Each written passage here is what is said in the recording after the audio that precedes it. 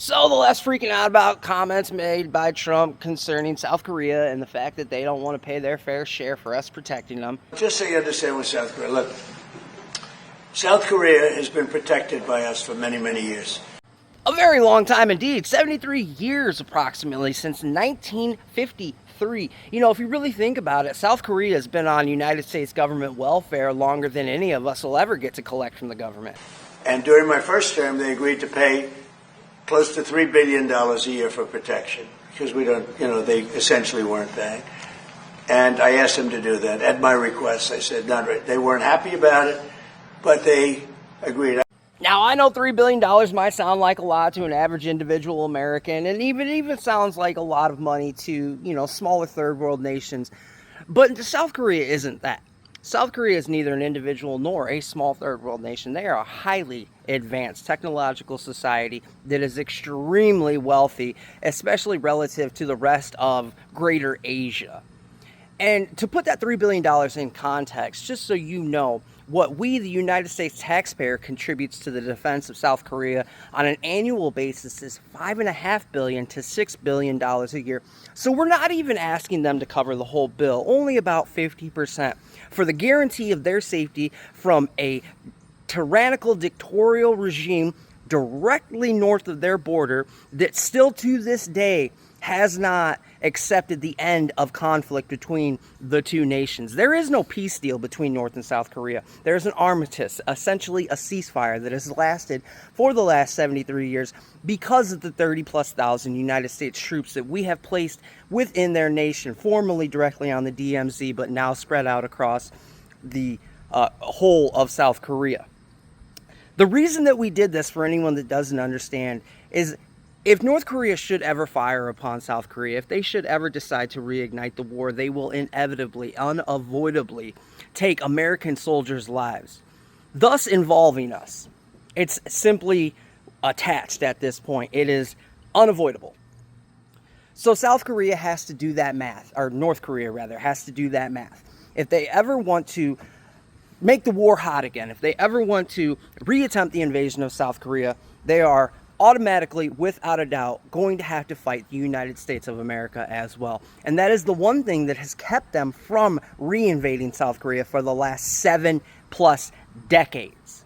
I asked for $10 billion, and they were very unhappy. But we agreed for a short term that it would be $3 billion, and next year it would go up, and the next year it would go up, so they start paying for their protection. And even with him trying to raise up that price so that they eventually are paying for the total price of their protection from North Korea, I still have to wonder, what are you mad about? Leftists, they want all these benefits for America. They're not really benefits, these government welfare programs.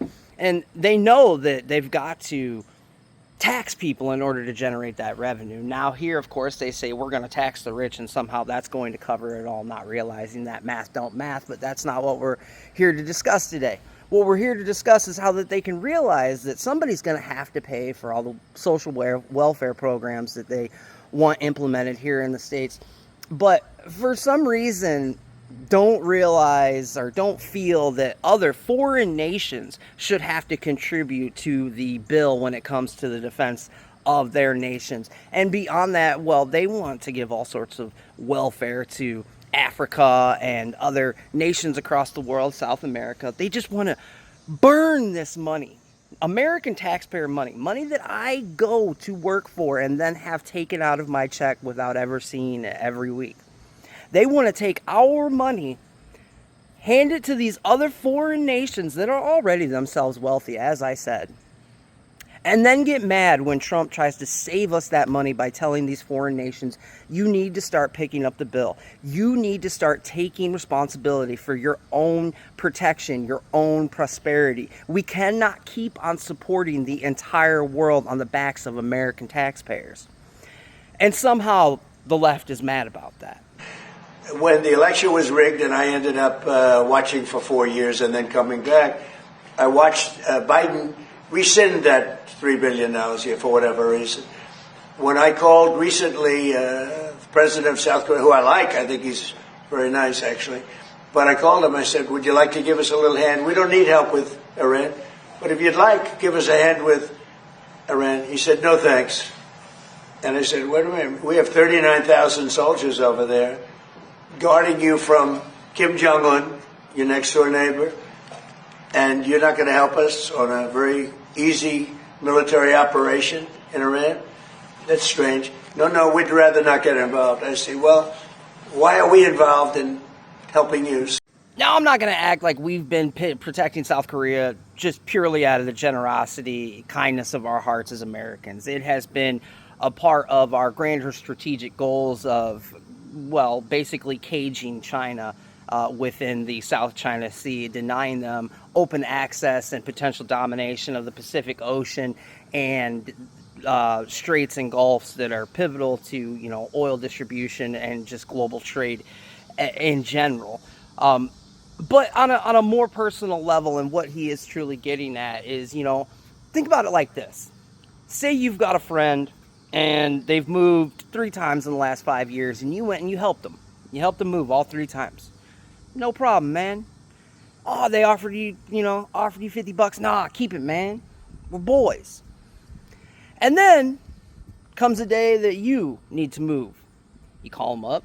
Say, hey, man, think you come over and help me move some stuff?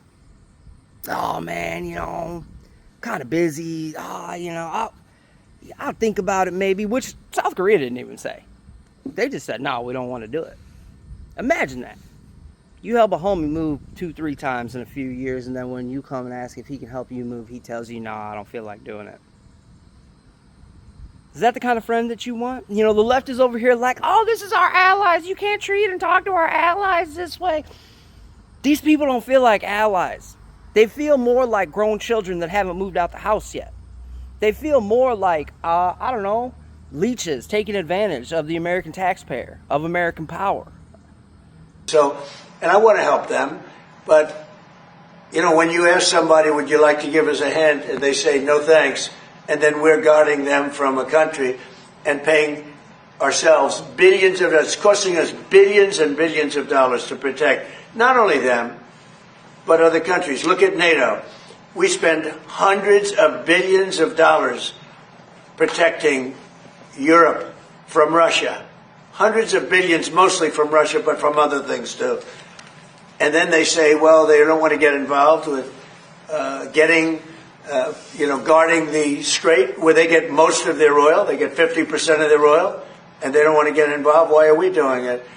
And I would just like to remind everybody that it's not as if we got into this position by, you know, some sort of imperialistic aim where we went and invaded a bunch of places like Britain did back in the day and, you know, created these colonies that we then used to control global trade. No, we ended up in this position because the old powers of Imperial Japan, of Europe, almost burned down the world twice just in the last century. In about 30 years. 2 times, dragged the entire world into war.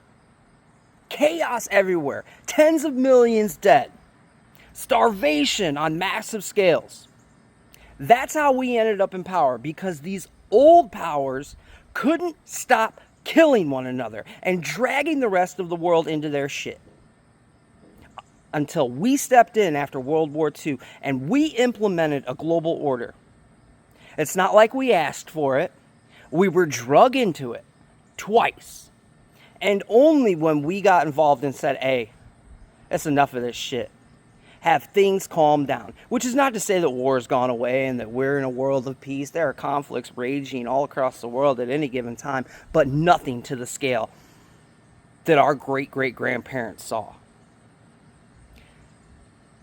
So, you know, if you're unhappy with this, if you as a leftist here in the United States are unhappy with this, or someone in a foreign nation or a foreign government is unhappy with the global order that is implemented and enforced by the United States of America, I would suggest maybe get your shit together so that we don't have to take care of you anymore. So all I want is fairness. And South Korea, I get along with them very well, but they were paying $3 billion a year, and then they convinced Biden that I was probably a bad person and they shouldn't, and he immediately rescinded that order. So we were getting paid. We would have been getting paid a lot more, but we can't go around and protect all of these countries, especially when they're not there to help us.